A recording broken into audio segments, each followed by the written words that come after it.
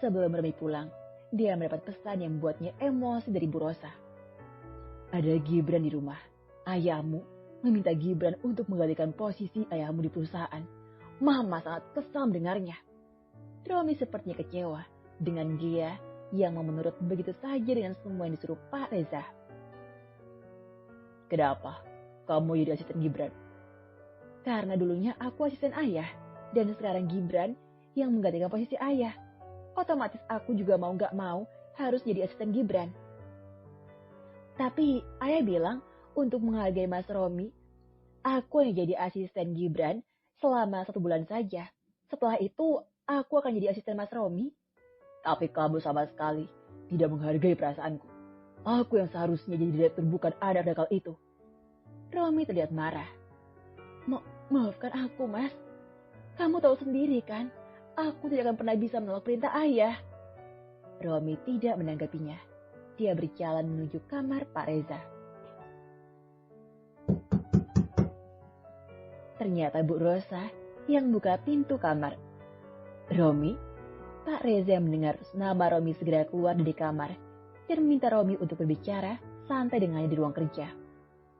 Romi menatap berkas-berkas yang menumpuk di ruang kerja tersebut. Ayah, lihat sendiri kan, Gibran sama sekali tidak tertarik mempelajari berkas-berkas ini. Pak Reza juga menjadi kesal dibuatnya. Gia di mana? Jangan salahkan Gia, tapi Gibran yang tidak bisa diatur. Pak Reza terdiam sebentar sambil berpikir, lalu menatap Romi dengan lembut. Bagi ayah, kamu sudah seperti anak ayah sendiri. Tapi maafkan ayah, kalau mengenai perusahaan, ayah tidak bisa memberikan seutuhnya padamu. Tapi kenapa? Apa karena di tubuhku tidak ada darah ayah sama sekali? Bukan begitu. Pak Reza merasa tersinggung. Divisi media adalah perusahaan yang didirikan oleh ayah dan ibunya Gibran. Bahkan ibunya Gibran yang memegang saham terbesar di sana. Mau tidak mau, Gibran harus jadi penerus perusahaan itu. Karena ayah menyuruh Gia untuk menjadi asistennya. Tapi kenapa harus istriku yang menjadi asistennya Gibran? Gia adalah asisten ayah sebagai direktur utama.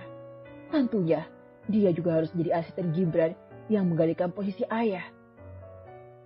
Dalam pekerjaan, kita harus profesional. Romi hanya menggeleng-geleng merasa kecewa dengan keputusan Pak Reza. Tapi, kamu tenang saja.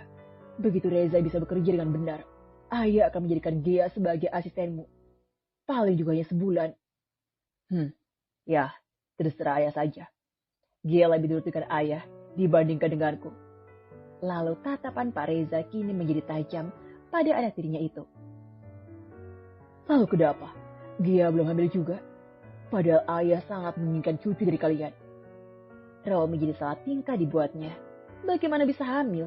Dia tidak pernah sekalipun menyentuh Gia. Dia memang lelaki normal yang pastinya ada saatnya dia bergairah saat melihat Gia yang memakai piyama tidur di sampingnya. Mereka hanya dihalangi 1 guling saja. Tapi Romi selalu ingat pesan dari Donna. Harus selalu ingat pada janjinya itu untuk menikahi Donna jika dia sudah bisa menguasai perusahaan divisi media itu.